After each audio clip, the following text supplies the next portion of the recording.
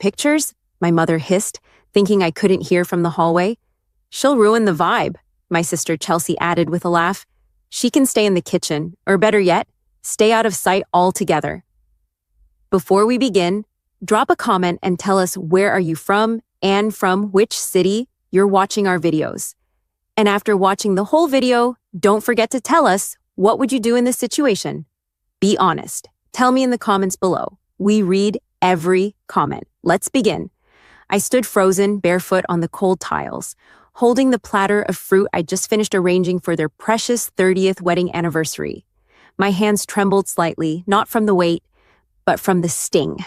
I wasn't invited. I was staff in my own childhood home. They didn't know I was there yet. Too busy adjusting centerpieces and making sure the caterer spelled our last name right. Too busy pretending we were still some picture-perfect family. Too busy brushing me off like a stain on their polished reputation. I slid the tray onto the counter, turned on my heel, and walked out the back door without a sound. That night, I booked a vacation to Key West, first class, ocean view suite, all-inclusive. Paid with the money they didn't know I had. I didn't leave a note, just turned off my phone. Day one of the party, I posted a photo, me in a white silk wrap dress, standing on a yacht, glass of wine in hand. The caption, "Stay out of sight? Sure, I'll stay out of the country."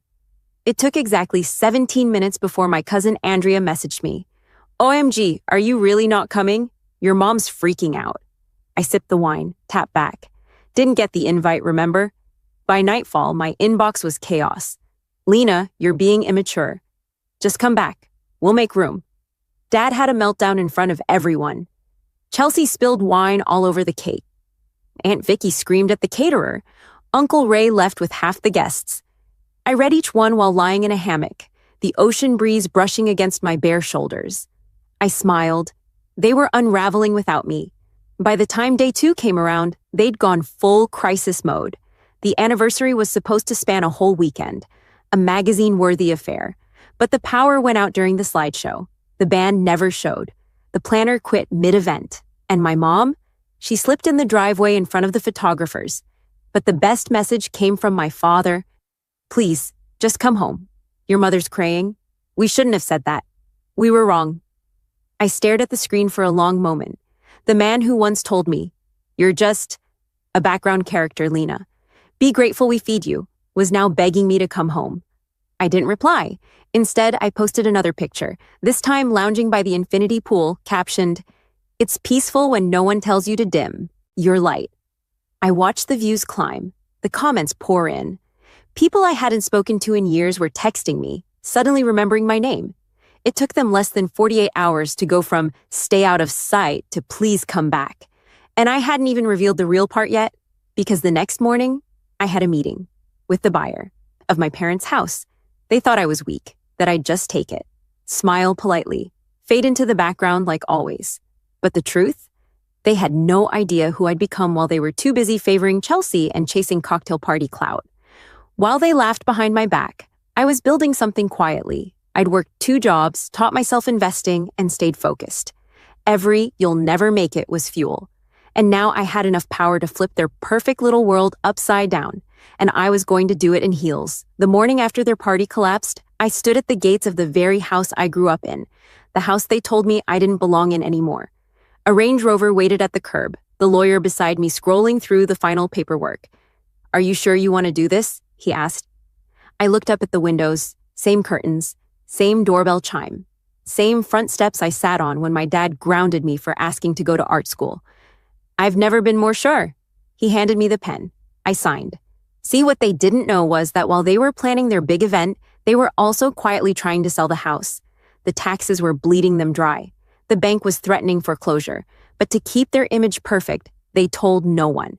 Just listed it under a shell name, hoping for a fast buyer, fast cash. They didn't expect the buyer to be me. They didn't expect me to have the cash in hand. And they definitely didn't expect me to close the deal the day after their failed anniversary party. By 2 p.m., the house was legally mine. By 2:30, movers were rolling up. I didn't knock. I walked right in. My mother stood in the living room, disheveled, sipping cold coffee in the same dress from last night. Her heels were off. Her mascara was smudged. The chaos from the ruined party still lingered. Tipped over chairs, wine-stained tablecloths, deflated balloons sagging like the mood. She turned, startled. Lena? What are you doing here? I dropped the keys on the table. She blinked. Where did you get those? Before I could answer, Dad stormed in from the kitchen, already fuming. You've got some nerve showing up here after the stunt you pulled online. That vacation post? Real mature. I smiled softly.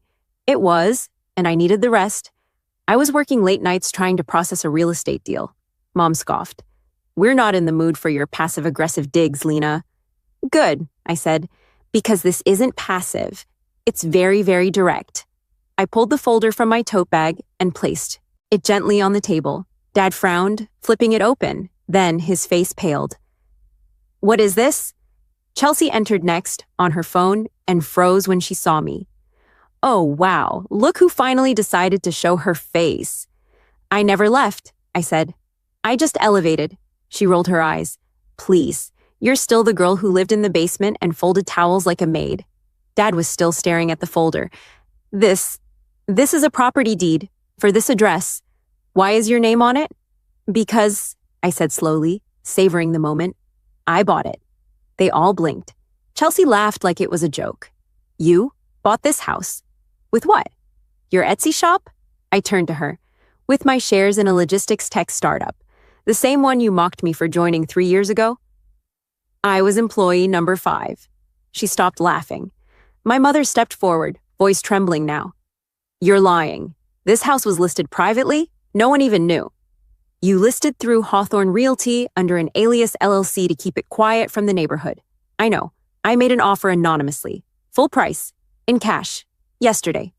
Silence. Dead. Heavy. Thick. Dad's face went red. You can't do this? This is our house. Not anymore. I could see it in their eyes. The panic. Because this wasn't just about a house. This was their last piece of control. Their stage. Their reputation. Gone. Chelsea stepped toward me now, her voice pitched high. Okay, so what now? You kick us out? Just to prove some petty point? I stared at her, calm and still. I don't have to kick you out. The paperwork already gave you a 48-hour window to vacate. It was part of the terms. Mom gasped. You're actually doing this? You told me to stay out of sight, I whispered. So I did. I disappeared. I grew. I built something. And now I'm just taking back what you never valued. The lawyer entered then with a clipboard. Final walkthrough completed. Movers are ready to start when you give the word. I turned to him and nodded. My mother dropped her coffee. I walked upstairs into my old room. The posters were gone. The walls were painted beige, like they'd tried to erase me, pretend I'd never belonged. I sat on the edge of the bed. It was the same bed I cried myself to sleep in when they forgot my 16th birthday. The same bed I wrote my first business plan on. And now? It was mine again. But this time, I didn't feel small. Downstairs, I heard Chelsea shouting. Dad was calling someone. Mom was crying into the phone. But I didn't flinch. Because I wasn't the background anymore. I was the headline. And they were finally starting to read the story I'd written in silence. Please! My mother's voice cracked as I stepped back into the living room. We made mistakes, okay? But this is cruel, Lena. Cruel. That word clanged in my chest like a dropped knife. Cruel was watching. Me clear dishes at every birthday party like a server. Cruel was pretending I didn't exist when guests came over. Cruel was telling me to stay out of sight at their anniversary because I wasn't presentable enough for their curated life. Now that the power dynamic had shifted, they suddenly cared about kindness? I took a breath. No, Mom, I said softly. This isn't cruel. This is closure. Chelsea paced furiously across the marble floor, her designer heels clacking with every angry step. She's bluffing, she hissed at Dad. She doesn't have the guts to go through with this. She's always been soft. Dad shook his head, flipping through the signed paperwork again. This is real. I saw the notary stamp. Chelsea turned to me, scoffing. Okay, so what's your plan, Lena?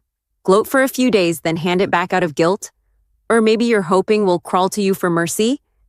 I didn't answer her, because I knew she couldn't handle silence. You're a disgrace, she spit. Buying your own parents' house out from under them? Who does that? I met her stare, steady. Someone who was never treated like family. Dad's fists clenched. We gave you everything. A roof, food. We raised you. You raised me in shadows, I shot back. In that basement room while Chelsea got the queen-size suite with the lake view, you raised me to be quiet, to serve. And when I stopped doing that, you called me ungrateful. Mom's voice was trembling now. Lena, we didn't know how to handle you. You were always different. There it was. The word they always used when they wanted to make me feel like I didn't belong. Different. Not gifted, not independent, not ambitious, just inconvenient. I turned to the lawyer standing patiently by the doorway. Start the inventory process. I want a record of everything they take when they leave. Chelsea gasped. You're seriously kicking us out? Just like that? You had a week to move, I said. It's already been 4 days since the deal closed. I'm being generous. She looked at Dad. Do something. He glared at me, but I saw the truth behind his eyes. He couldn't stop it. Not legally, not financially. They'd spent years acting like I was nothing. But I'd built everything while they laughed at me. And now, they had nowhere to go. The movers arrived by 3 p.m. Neutral uniforms, efficient, silent. One of them, a young man with sandy hair, paused in the foyer, glancing between the boxes and the stunned silence in the room. Where should we start? I nodded toward the formal dining room. That table, they said it was antique. Let's see if it fits in the back of the truck. Chelsea flinched like I'd slapped her. That's my table, she snapped. It was Mom's wedding gift. The mover looked at me. I shrugged. Belongs to the house now. Deed doesn't mention exceptions. Dad muttered under his breath. Unbelievable. I went outside for air. The sun was starting to set, casting long orange streaks over the front lawn. For years, I'd watched Chelsea throw garden parties out here, laughing with friends, never once inviting me to join. I was always the girl clearing glasses, told to wear something neutral so I wouldn't stand out. Now, I owned every blade of grass beneath my feet. Andrea, my cousin, pulled up in her Prius, eyes wide. I had to see if it was true, she said, stepping out in a rush. You really bought the house? I nodded. Her face lit up. Lena, that's insane. They're losing their minds inside. I raised an eyebrow. You don't think I went too far? She grinned. Not even close. You gave them a taste of what it's like to be invisible. Then, more gently, she added, honestly, I'm proud of you. We stood there for a moment, watching the chaos unfold through the window. Chelsea was shouting into her phone. Dad was trying to bribe one of the movers. Mom just sat on the couch, head in her hands. I used to dream about this, I admitted. Coming back, being someone. You are someone, Andrea said. And now? They finally have to see it. By 5 p.m., most of the furniture was packed. Chelsea tried one last time. Lena, listen. We were wrong, okay? You're not useless.